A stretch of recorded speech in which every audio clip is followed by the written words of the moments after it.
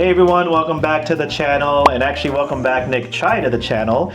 Today we are going to go over some of the best cards to draft for the upcoming release of Reign of Jafar. How's it going today, Nick? It's going great. Awesome. Looking forward to the next set. We're here, right around the corner. So if you guys have been through these videos before, I know you really like limited format. It's one of your favorite formats to play, and you definitely excel in that. For those who do want a quick overview of what draft or sealed is, feel free to check out my previous videos where Nick is featured on those as well. But yeah, before we jump into the cards, Nick, what would you say Reign of Jafar brings into this kind of new meta now? Are there different strategies? Are there certain archetypes that kind of stand out? Like, what's the overall look of Reign of Jafar? Well, with the new set, right, one of the things that jumped out to me was a refocus on the Sing Together cards. This was something we didn't see in Arcasia's Island, right? And so, them bringing it back shows that they're refocusing on some of these cards that really can impact the field depending on how many characters you have on the board. I think a lot of the Sing Together cards are going to be impactful, especially in the limited format, right? Okay. One of them's already, making the rounds for the constructed format, Beyond the Horizon. Yeah. Looks to be the whole new world replacement. Sure. And it could be one-sided or it could be two-sided, but I think that card's going to see a lot of impact on the meta, especially early on. Okay. Awesome. Well, so we'll segue then into the main topic here. What are some of the cards that kind of stand out for Reign of Jafar? What are the cards that people need to keep an eye on for this limited format for the upcoming weekend? Well, yeah, I mean, definitely one of the cards that jump out, let's start off with Amber, right, was the new Goofy, right? You got this inkable 4-cost, 3/4, 2-lore body. And when he comes into play, right, that turn, if you have any damaged characters at the end of your turn, he can heal them for 1. For every characters that he heals, they can ready that turn, right? So it's not necessarily an ETB where his ability enters when he plays, right? But it's an ability that takes effect the turn that he plays, so it's just as good. Sure. So you could quest with one of your characters has some damage, right? Or you can challenge something. It heals it, it readies it, makes it a little bit more protected from them challenging the character right back. Okay. And he can just win games that way. Yeah, keeps your characters ready to and healthy, so that's awesome. Yeah. Next card is Tramp. I wasn't too sure on including him in this list, right? He's definitely going to be a very impactful card in the constructed side. He's inkable, 6 costs, I believe shift 4, 2/8 body with 2 lore. Yep. And his main thing is on your opponent's turn, if your characters are banished, you may draw a card. If you play limited in this format, drawing is very key, because it's very easy to run out of cards and then you're just in top deck mode. Right. So any cards that get you a 2-for-1 advantage or refill your hand is going to be very helpful. And the 8 health is pretty strong too, right? 8 health body, right? He's going to stick around. One of the things that made me pause on him is, trying to get up to 6, right? Playing him, are you going to be able to effectively win? And plus, it's drawing you cards. Are they going to be pushing and forcing you to challenge them instead of challenging to your characters, right? Sure. This is similar to the Hades, if you recall from a couple of sets back, where he was a uninkable 6 cost, right, where you gain 2 lore. Okay. I thought that would definitely lock down games, and it did that set, right? Okay. This is more conditional, and it's like, you lose characters if they're going to challenge into you. You draw, but if they don't, then what's your game plan, right? You have to quest enough to win. The good potential upside with that card, though, is that there is a 3-cost Tramp, right, that could be shifted in this set. So if you do happen to be able to draw it, or at least pull it, you could have a high chance of shifting. Yes, and it's a 3-cost, 3/3 body, 1 lore. When he comes into play, you give him that character ward. Yeah. Unfortunately, it's worse than a vanilla card, and so his only potential is the shift potential with this Tramp. Yeah. And I'd rather probably have a 3-cost body and play him on 6, right? Where you have a wider board, because that's the whole point. If you shift on him on 4, you probably have a 1 and 2, but you could aggressively quest and see what happens from there. So that is a different play line, and it probably can win you games too, but if you don't have that combo, that 3-cost body is going to be an awful top deck. Yeah, right. Next card is Blue Fairy. So, in the limited format, evasives are always going to be key. One of the good things about this set is there's a lot of evasives. So, you can counter them. There's a lot of cards that have evasive on their turn. Okay. There's an action that can give your characters evasive, right? Okay. So it doesn't feel as oppressive as when Ray was around. Or even Don Carnage, right, where these evasives could just run rampant. Sure. But there are quite a few high-power evasives. One of them, I think, is Blue Fairy. Yeah. She's blue-purple, inkable 2-cost, 2/2 body with evasive, but she also has support. Okay. If you recall Perla from last set, that 3/2 evasive on 3. Yeah. It really makes it hard to challenge when they could support any of their lower characters to trade into your stronger characters. Right. So she's something to keep an eye on, right? It probably, these are all cards that I think might be potential pack 1 pick ones, depending on what the rest of the pack is, right? Okay. But she can really change things around. Yeah, nice. Amethyst, everybody's got a weakness. So this is an inkable 4-cost action, right? Has some great Hades artwork on it. Amazing. And when you play the card, you could move 1 damage from any of your characters and to a chosen opposing character. Okay. So it's a great tempo play. If they're questing on turn 4 or turn 3, right, into your turn 4, you can challenge them, move the damage from the characters that challenge, right, and potentially kill their character that they just played that turn. So it could be a really quick turn, one-sided board wipe. And that tempo could just win you the game. And you also draw a card for each damage counter you move that way. And that's, like I said, draw is so key. That's crazy. So, a lot of value that you could gain from this. Right. You could challenge and move and draw multiple cards. That's really awesome. And then you have Rapunzel in Emerald. Inkable, 5-cost, 2/5 evasive, 2 lore. That 5 health is going to be difficult to deal with, right? And her other ability, right, is when she quests, she could choose a character that can't quest next turn. So this is your Jasper, your Dr. Facilier from previous sets. Yeah. Except it's more impactful, right? She has a 2 lore body. She's evasive herself. Dr. Facilier, his problem was he came out a little bit late. He came out at 7, right? Yep. And so she is a card that you can easily get up to 5 ink and play. Wow, yeah. And that 5 health again is just so strong. It's so strong in the set, right? There are a lot of combat tricks. Yelena is a card that is similar to the Jafar from this past set, where she can give Challenger +2. Right. But getting up to 5 is a little bit more difficult. Yeah. Then you have Flynn Rider, uninkable 4 lore, 4 cost, right? 1/4 body, 3 lore. When he is challenged, your opponent has to either discard a card, or if they do not, you gain 2 lore. So he can either be a 5 lore character.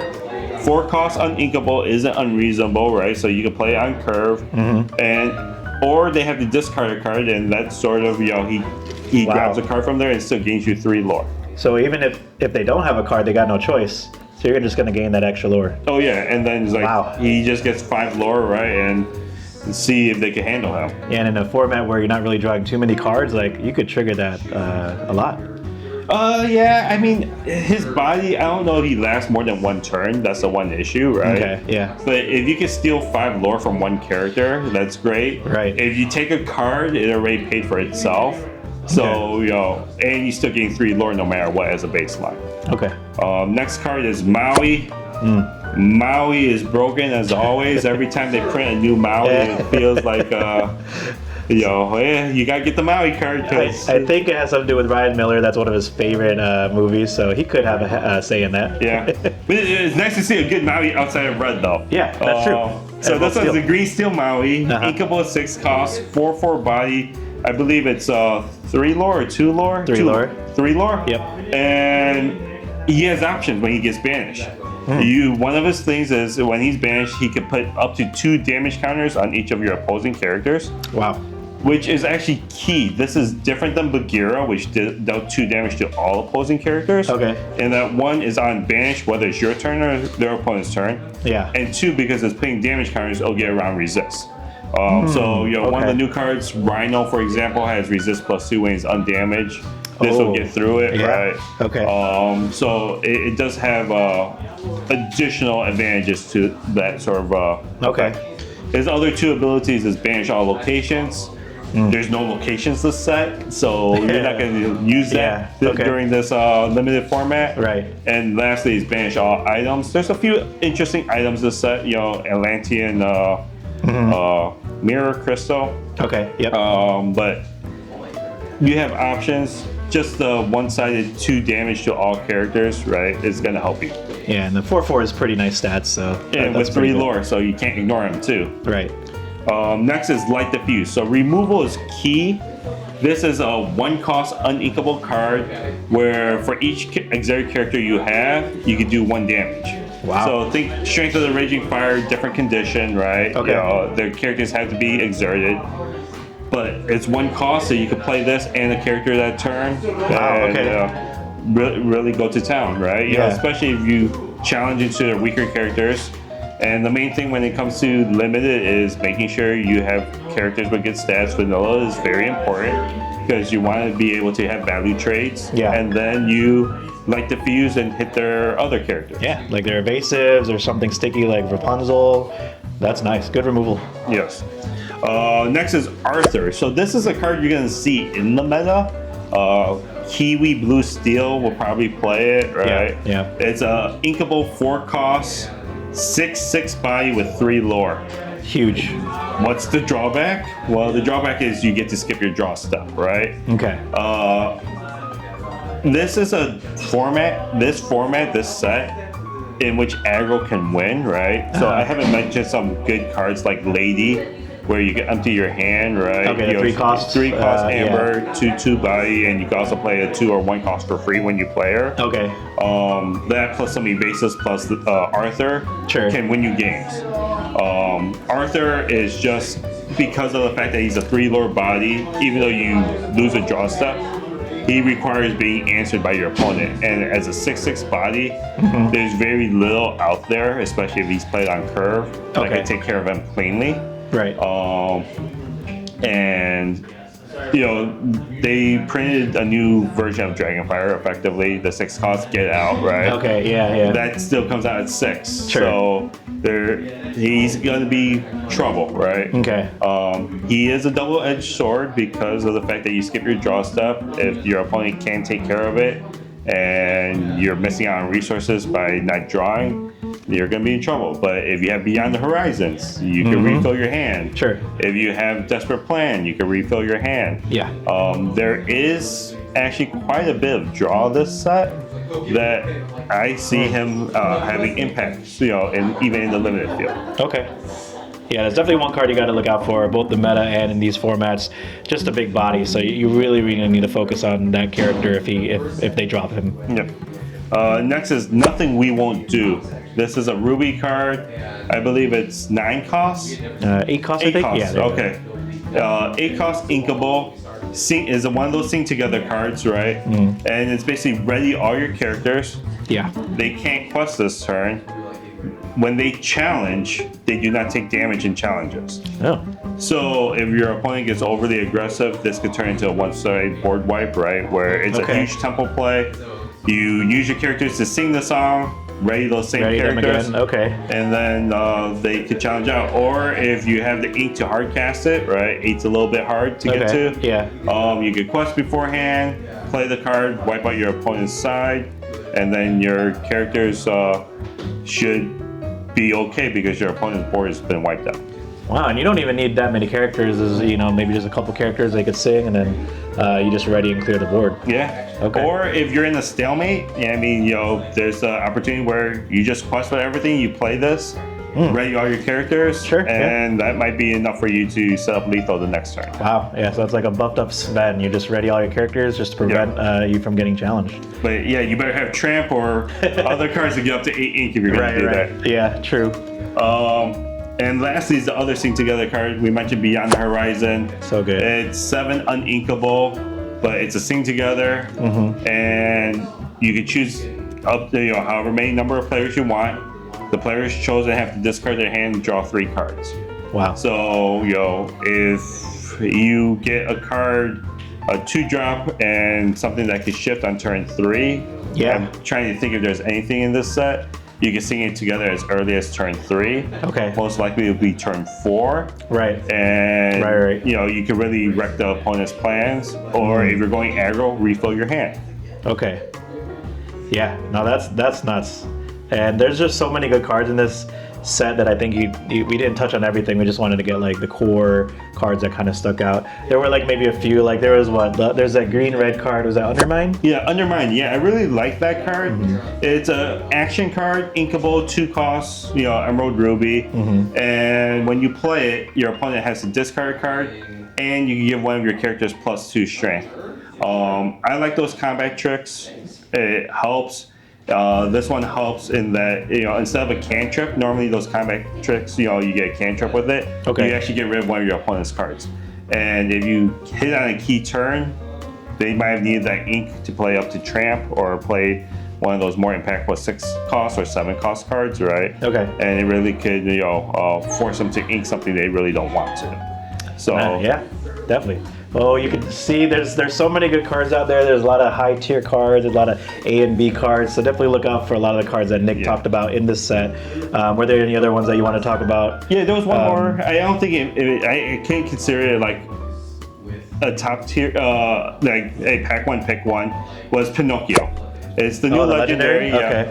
Okay. It's a 4 cost, inkable, 2 lore, evasive character. Those are premium, right? Yeah. The problem is his stats is 0-4, and there's enough evasives out there that I just couldn't, I would take him high. Sure. But there are other cards I would still take before him. Okay. He has an interesting ability. Whenever he readies once per turn, you get to draw a card.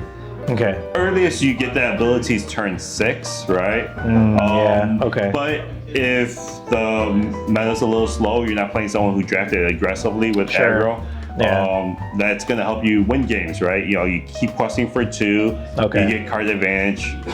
You should out-value, out-resource your opponent. Yeah. And then the other card, like March Hare. Okay. He does 2 damage to a chosen damaged character, right? He only has 1 lore on him, so it's not good as Cheshire Cat, but he comes in 1 turn earlier at 4 ink. Okay. Those cards that are effectively 2-for-1s where you could banish a character and get a body out of it is going to be always impactful to the game. Okay. So yeah, definitely look out for those cards too to kind of like round off your packs there that you draw. So definitely keep that in mind. But yeah, you really provided a lot of diverse options and cards that I never even thought about using in this format. Before we end the video, would you like to have any shout outs? Oh yeah, definitely shout out to the team, Lords of Lore. Lords of Lore. We're Chicago suburbs based team, right? Very supportive. And got great people on the team, captained by Ivan and Ray. They've done a great job, getting some of the good players in the Chicago area, and we'd love to have impact. Definitely shout out to AC, right? He's always been doing a great job. One of the cards I forgot to shout out, and it was in my mind, was Prince Ahmed. If you haven't seen the review video, you definitely watch it, right? AC did a great job with that. And then my family, my family's been very supportive as we, my daughter and I, we play Lorcana quite a bit, so the local community knows us, so really appreciative of them. We all love you and Kaylee, and we all appreciate every time you come on the channel, and we wish you a lot of success out there, and I hope you guys too as well. So the weekend is coming up. Reign of Jafar is right around the corner.